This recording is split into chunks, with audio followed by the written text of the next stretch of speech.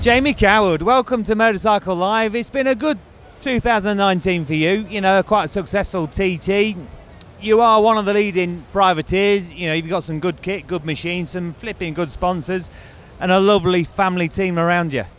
Yeah, it's like you just said, 2019, everywhere we've been to, especially the TT, we've had my fastest ever times on all bikes, and obviously the first ever podium finish on the Super Twin, and then top 5 in the 600 and top 10 consistent in the Superbike and Superstock. So yeah, it's been really good, and obviously the teams and my family and stuff, it's just been a great year.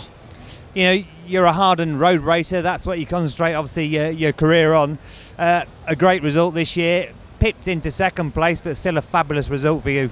Yeah, well, initially after the race I was a bit disappointed because we were quickest in qualifying, and I felt really good and comfortable, but like I said before earlier on today, we got held up in a bit of traffic, and unfortunately we lost by like 1.2 seconds, which is when you think about it, over 2 laps around the TT, it's absolutely nothing. It's like an arm's reach away, so a bit frustrating, but then grand scheme of things, it's my first ever TT podium, and then got something to build on for next year. You made me laugh earlier when you told me you got held up for a slight time. The person that cost you that time you got held up behind was Pete Hickman. What a guy to be held up behind.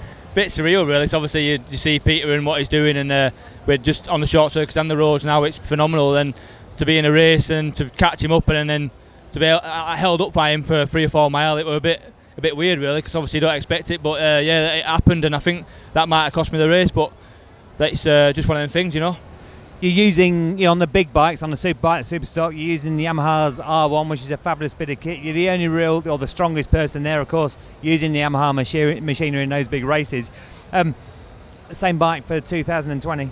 Yeah, it's just I'm riding for the same teams, for Prez Racing, John and Zandra, and then for KTS Racing with Kevin and Simon. So yeah, on the Kawasaki Super Twin. So yeah, it's the same bike, and hopefully maybe with what we've done this year, we're now the fastest Yamaha rider ever around the TT course. So hopefully might be get a bit of backing for Yamaha, which would be nice, just to help a little bit with the team. So yeah, we're just the same teams, and it's the first year where I'm actually going into it off the back of the same year with the same team. There's normally I've had to jump from bike to bike, different manufacturer, different teams, which is can be a bit hard work. So going into the next season with the same team and the same bikes, it keeps you on the ground, on the feet, on your ground running.